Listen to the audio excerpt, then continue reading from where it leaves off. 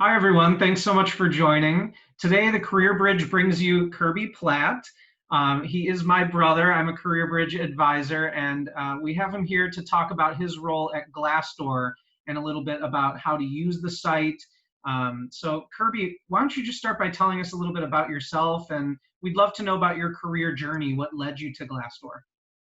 Yeah, Casey, thanks so much for having me. Hello to everyone watching. Who am I and how did I get here? So I graduated from the University of Illinois Urbana-Champaign in 2013 with a bachelor's in communication. I understand a lot of you are currently seeking communications and other different things. I think it's a great major that can help you open a lot of doors instead of kind of just getting really niche. So for those on that path, awesome. For those not, do your thing. I actually graduated college looking to do a career in radio. So I worked at a radio station in Urbana-Champaign for 4 years of my college. And then from there, I actually went to work for WXRT in Chicago, which was a really, really cool experience, kind of one of those dream come true, first job out of college type of things. I got that through networking with individuals in the radio industry. Actually, after 9 months there, my position was eliminated. So I was an associate account executive, so I kind of helped other account executives build decks. It was meant to train me into the account executive role, but unfortunately they eliminated that position, and I experienced the layoff very early in my career, which was pretty jarring, but helped me understand how the workplace can ebb and flow. From there, I moved over to Groupon. Back in its heyday in 2014, Groupon was awesome. They had really incredible sales training. So I think a lot of value I got out of that job was just very intensive sales training. They moved you up through different tiers based on the difficulty of who you're calling, where you're calling them. That helped build the foundation of my skills as a professional in all of the work that I've done since. I was with Groupon for about 2.5 years, moving through different markets. I then made the move over to IBM. Now, the interesting thing about the IBM part of my career was IBM had just acquired a company called CleverSafe. So I had joined CleverSafe, which was just acquired by IBM. So there was kind of like, I got in right at the merger of the two. Less of a merger, more of an acquisition. That is something that you really got to be on the lookout for in your career, because mergers and acquisitions can be messy. Not that this one was, but they are very different. So my job, my actual position at IBM fluctuated multiple times for them to figure out where we're going to place this person that came in from CleverSafe to IBM. So I took the opportunity there, kind of like working through the chaos to find that IBM in the cloud object storage business. So I went from selling Groupons to dealing with data storage, which is a bit of a jump, right? So I ended up actually moving into the customer success department, which I kind of helped founded with a bunch of my fellow SDRs at the time. So I came in as sales, found a need for customer success, and kind of made that pathway for myself in IBM. I spent just over a year at IBM, and then I made the move over to Glassdoor, and that's where I currently am today. I've been with Glassdoor for about 3 years. I got into Glassdoor in the customer success department. So I started as customer success manager. I didn't have as much experience as I think the job would have needed at the time, but I kind of helped write my narrative. I worked with the guy, a good friend of mine who referred me to the company to help position me in the right way, and I crushed the interview as best I could. I got in really, really early with Glassdoor, and since then I spent about a year and change as a CSM. I was promoted to a manager of a customer success specialist team. So we ran the small, medium business market. I oversaw about 10 reps there. And currently, just about a month ago, due to the COVID-19, my team was let go by the company, and my position was reallocated. So I'm back to being a senior customer success manager now. Great. Well, thank you for that. And I think it's helpful for students and alumni to really understand how your degree path doesn't necessarily define your career, define you as a professional. So that was really helpful to hear your journey. Thank you. Yeah, of course. I'd love to hear more about your role now with Glassdoor. What exactly is a customer success manager? That's a great question. So a customer success manager, customer success in a nutshell is my job is to get the client the most value, or the most in general, out of the products for which they pay. If you're looking for a baseline definition, which I was when I first started in customer success, that is it. So my job is truly to just make sure that clients are getting the most value out of their products. When a client works with a company in any place in business in the entire world, what they want to do is they're paying you for a service, right? I'm paying you to use your products. Okay, well, you've got your account manager who I work alongside who helps you grow that account. They want to make sure that the client's continuously spending more money over time. That's how you grow a business. A customer success manager, however, our job is to make sure that we fill the bucket. We want to make sure that clients are happy and staying with the company. So we plug the holes in the bottom of the bucket and the account manager pours more into the top so that we can help continue growing that business. We're based on retention. We want clients to stay. What I say to a client when I first meet them throughout our partnership, I say, my job is to make sure that at the end of this contract, you want to stay with us. What do I need to show you? And what value do you need to get out of our products and services for you to say yes to that? And those are my benchmarks, and that's what I drive towards. A lot of what I do is analytical. I pull a lot of data sets and make sure that clients are using those. And we'll get into that a little bit more through the Glassdoor solutions and stuff later. But at the end of the day, it's just my job to get them the most out of the products that they're paying for. And that's something I really love to do because there's no pressure. I'm your advocate. I'm here to help. Awesome. Thank you. So it sounds like as a CSM, your goal is to make sure that the client or the employer in this case is getting the most out of your product. And I think as a career advisor on my end, my role is to make sure that my students and the alumni that I work with are making the most of the job search tools that are available to them. And Glassdoor is definitely one of them. So I'd love to know from your perspective, why should job seekers be using Glassdoor, and what does it offer that other sites don't? Yeah, you guys should definitely be using Glassdoor because it gives you insight into what it's like to work at a company. Let's kind of go back to a couple of my experiences. When I was joining, Clever Safe or IBM, for example, I had no idea what it would be like to work there. I had an idea of the benefits from the individual that was recruiting me. I had a general idea I didn't know what the office looked like. You get your tour on day one or during your interview, but overall, what are the pros? What are the cons? What are some of the things about senior leadership that are good and bad? I had no idea, right? And for anyone that has worked through the job market, that's why Glassdoor is such an unbelievably helpful tool. Is the reason you should use it is because I don't know what it's like to work at a company until I read the Glassdoor reviews and understand what people that are working there like and dislike. A lot of my clients, I talk to them, I say, bad reviews aren't bad. That's not a bad thing. People get upset about bad reviews, but I actually work with a lot of clients. I say, is there any truth to this? And sometimes we just went through this merger and it was really tough for a lot of the employees. So no wonder they're upset. Of course they're leaving that, but it's important for individuals like yourselves to know that happened and that the company understands and knows about that. And it gives you just full insight into what it's like to work at a company, things that you could never, ever know going into it completely blind. And you used an analogy when we last spoke about apartment searching. Yeah. Can you tell us about that? I loved that analogy. Yeah, absolutely. So, think about when you look for an apartment, right?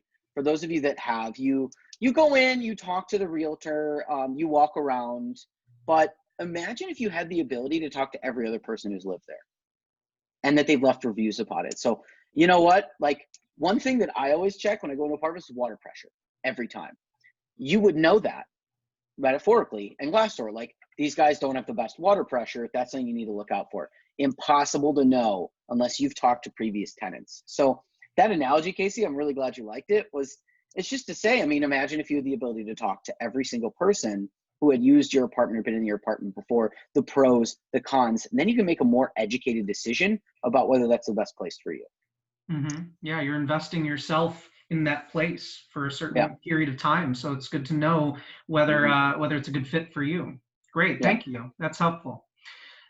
So now that we know why Glassdoor is such an awesome tool and some of the things that it offers, where should job seekers begin when they want to start using Glassdoor?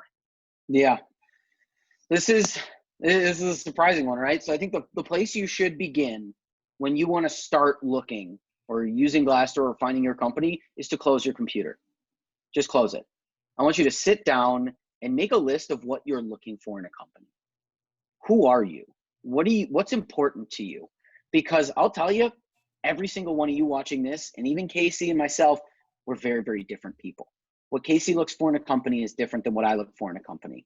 What if you have a family and you have kids, you're going to be looking for something very, very different than an individual who's single and doesn't have different income needs, right? So you need to sit down, you need to make a list of what exactly you're looking for in a company, because if you just start looking, you're going to have, I think it's called decision paralysis. There's too many choices. You need to be able to narrow your choices down. Now, the question begs, like, what if I don't know? What if I don't know what I want? I don't know what I don't know. Then do yourself a favor, and now you can open up your computer, go on a large company. Think of Google, or heck, even Glassdoor. You can use Glassdoor, Google, Indeed, LinkedIn, any large company that you know of and that, I mean, maybe you use every day. Maybe you shave with a certain type of razor. Look up that company. Everyone's on there. And look at the reviews. Just scan through the good, the bad. See, oh man, this guy talked about a fun culture in the workplace. I want one of those. Write it down. Oh, this guy talked about they have, oh wow, these guys do a lot of charity work. They actually take days off to go and volunteer. That's important to me. Write that down. Maybe there's a company that has a huge diversity and inclusion initiative. That's something that's important to me. Write that down. You can get ideas from companies if you're feeling like you might be a little bit stumped. So that would be step one and step 1.5 is to find out what you're looking for before you actually start using something to find a job. Great advice. And I think that as a career advisor, I would definitely offer up the same advice is before you really dig into your job search or looking for companies you want to work for, you have to take time to reflect on your values and the things that you're really looking for in a company and in a job. So I'm glad we're on the same page there. Definitely. So now somebody's opened their computer, they're searching on Glassdoor, and they're taking a look at the company reviews. What are some things to consider for people who are taking a look at these company reviews? Yeah, think about, I use this with my clients too. Think about reviews like you would think about shopping for products on Amazon. When you look at a company, let's say it's Casey's Curtains LLC, right? Maybe I want to work at Casey's Curtains. They're great curtains. I've heard good things about them. If you go and you look at their jobs and you see that there are 5 reviews and there's 5 stars, that's terrific, right? But Casey employs over 100 people. So are those 5 reviews at 5 stars actually that indicative of what it's like to work at that company? I'm going to say probably not. Sorry, Casey. Well, what I want you to look for is, I would prefer personally, if I'm shopping on Amazon, a product that's maybe 3.5 or 3.6 stars with 2,000 reviews instead of a product that is 5 stars with like 5 reviews. That to me is going to be a little bit sketchier, right? So that's what I want you just overarchingly realizing when you're looking at Glassdoor and you're looking at ratings. That's always the first thing that pops out to job seekers, to clients, and even to myself. It's, what is the actual kind of depth behind these reviews? The second thing I want you to look for is the ranters. There's always ranters. There's always people that are, this sucks and I hate everything, right? That's normal. That's going to be on Amazon. It's going to be on Yelp. It's going to be on Glassdoor. It's going to be everywhere in your life, nonstop.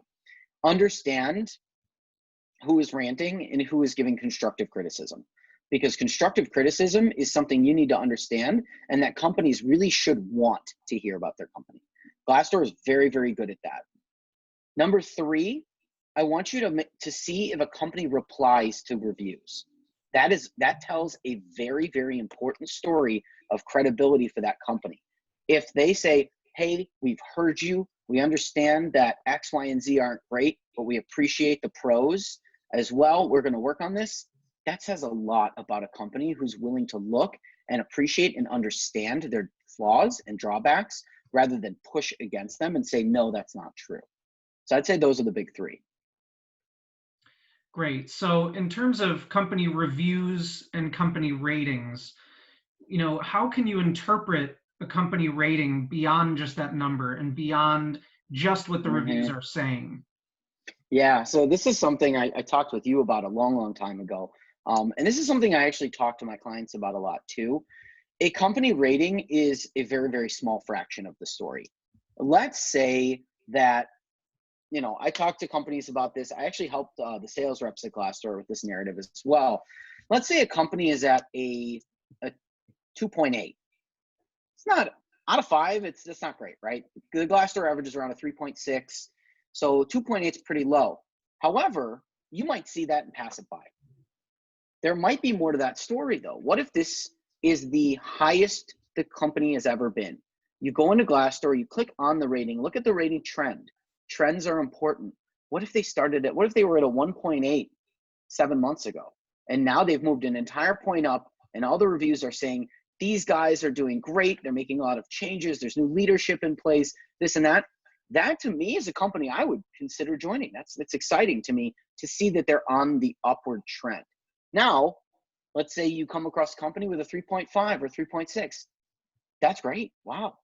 They've got an average company rating. Everything seems good. But then you open up the trends and you see that they started at a 4.8 maybe a few months ago, and they've gone through a merger and acquisition, and their company's bought and they've laid people off. That there's always more to the story than just that number.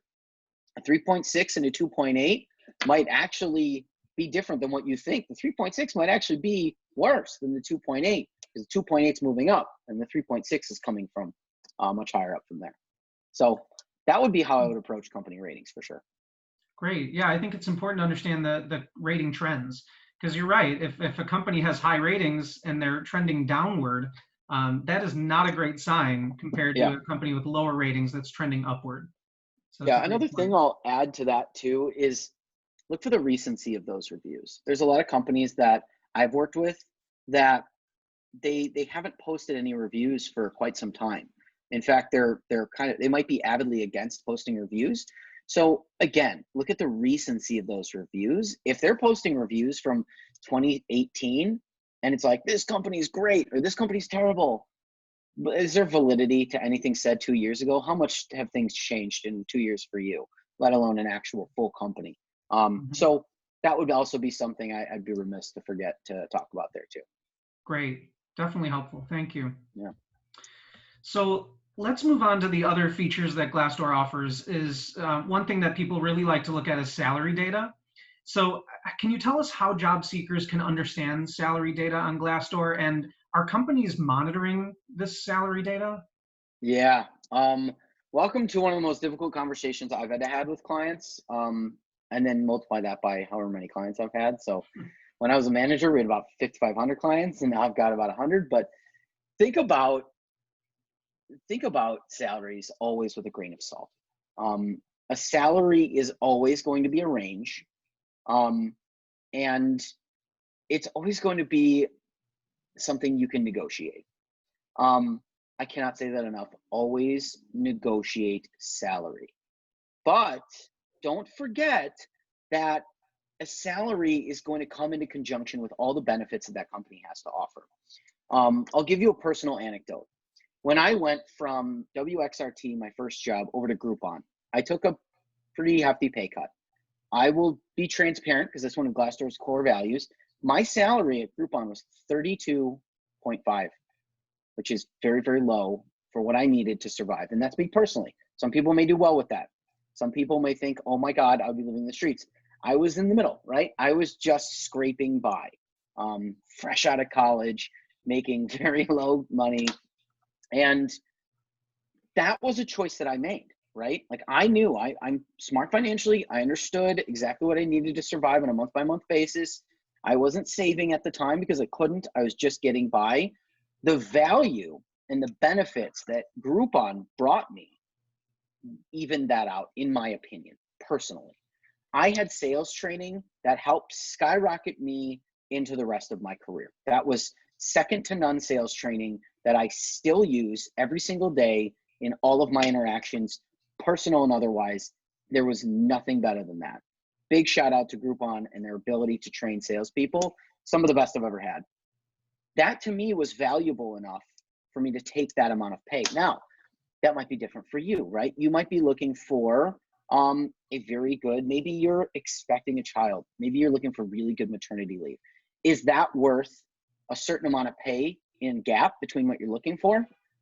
I'll pause and say, the main thing I want you to do when you're looking for salary before you look on Glassdoor is determine what you need and what you expect. When you go into a conversation about salary, again, always negotiate. 2, I want you to say, this is what I expect. And always go a little bit above what you really, truly think you should expect, because they're going to negotiate you down a little bit. That's what companies do. I've been a hiring manager. I've negotiated salary myself. At the end of the day, if you're as amazing as you truly believe you are, they will want you and they will get you at the price that you can. If it's way out of expectation, it's way out of expectation. Now we'll bring Glassdoor into the picture. Always take that salary data for a grain of salt. I want you to be looking for these specific words.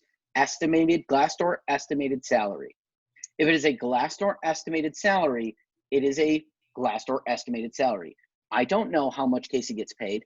I don't know how much his position gets paid at National Louis University, but Glassdoor might estimate it based on all of the factors and all of the data for everyone that holds Casey's position nationwide and in that type of industry, right? So who the heck knows if that's actually accurate? Now, companies have the ability to input their salary ranges if they so choose. So if you don't see Glassdoor estimated, that actually might be their band level for that salary. At the end of the day, salary is what's going to help you eat, what's going to help you live, what's going to help you. It's the exchange of work. At its core principle, I'm going to do stuff for you, you pay me so I can keep living my life, right? Benefit is to love what you do, so look for that too. When you're looking at salary, always, always, always negotiate and tell them what you expect. I expect to be making this much. And if you're going to say you expect something, have something to back it up. Always have something to back it up. Because of my experience, because of this, the recruiters will give you a range. They'll say, well, we pay about 40 to 60. Ask the question. It's on you to ask the question, well, where do you see me falling within that range? Because I believe that based on my experience, based on the work that I did at National Louis University, my extracurriculars and this and that I should probably be closer to that 60 range. That's what I would expect. And the recruiter might say, hey, you know, based on everyone else that we have coming in, based on the talent pool, I actually see you around 55. Huge win, right? So that's how I approach salary. Use Glassdoor as a tool, but not a definitive answer. Yeah, and doing your research and being prepared for that question of what are your salary expectations for this position is so important, and something that I talk about with students and alumni all the time. So I'm glad that we're on the same page with that too, because using Glassdoor as one of the tools to understand your salary range and the estimated salary range for that position that you're looking at is important. So yeah, and I'll say, like, right now I have my Glassdoor homepage pulled up.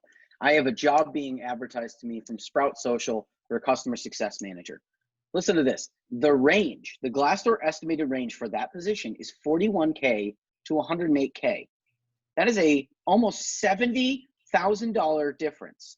You come into your conversation with that recruiter and say, hey, you know, on Glassdoor, doing my research, they love that. They love to hear that. Doing my research on Glassdoor, I actually saw that the range for this position is between 41 and 108K. Can you help me understand where I might expect to land in that band so that I can help myself make an educated decision if we decide to move forward together? Bingo. Like, that's the way you need to use Glassdoor, is to position and come into those conversations with the knowledge and the ability to have that intelligent and informed conversation. And confidence in yourself, and saying that I have the skills and experiences where I value myself at the higher end of that range, not down below 70,000. That's an outrageous range. So some confidence. And I think the thing too, and I hate to say this, but it's also true. If you're not confident and you really, really want this job, this is your dream company, it's okay. It's okay to take less than you think you should. Because you need to also understand, in case, I know we talked about this yesterday, is does this company do merit increases annually? So at Glassdoor, this company is amazing because they'll basically say, hey, you've been here for 12 months, and based on your review, you're doing a really, really good job. We will give you a merit increase in your base. So your base is actually increasing by X percent. we're going to be paying you more than we did last year, just for being a great employee, not because of not because you're getting promoted, not because of anything besides you're bringing additional value to the company. So the point of that is ask that question. Hey, I know I'm coming in a little bit lower than my expectations. How is upward mobility look? I'm not looking for a promotion after a year. I know that that's a bit of a stretch. I obviously want to move up, but do you guys do merit increases year after year? Or how can I continue to grow myself at this company? At Groupon, I was never given a raise. I made $32,500 for almost 3 years. At Glassdoor, I came in at a certain salary and continued moving up year after year based on my ability at the company and the value I continue to bring to them. So that's something you really also want to look for, because it's okay to take less. If you really want in, make those concessions, but make sure the benefits and that there's merit increase along the way so that that can make up for the difference that you're seeing. Yeah, and that's a great example of things to consider other than just the base salary. Is there commission? Is there merit increases? What's the room for growth?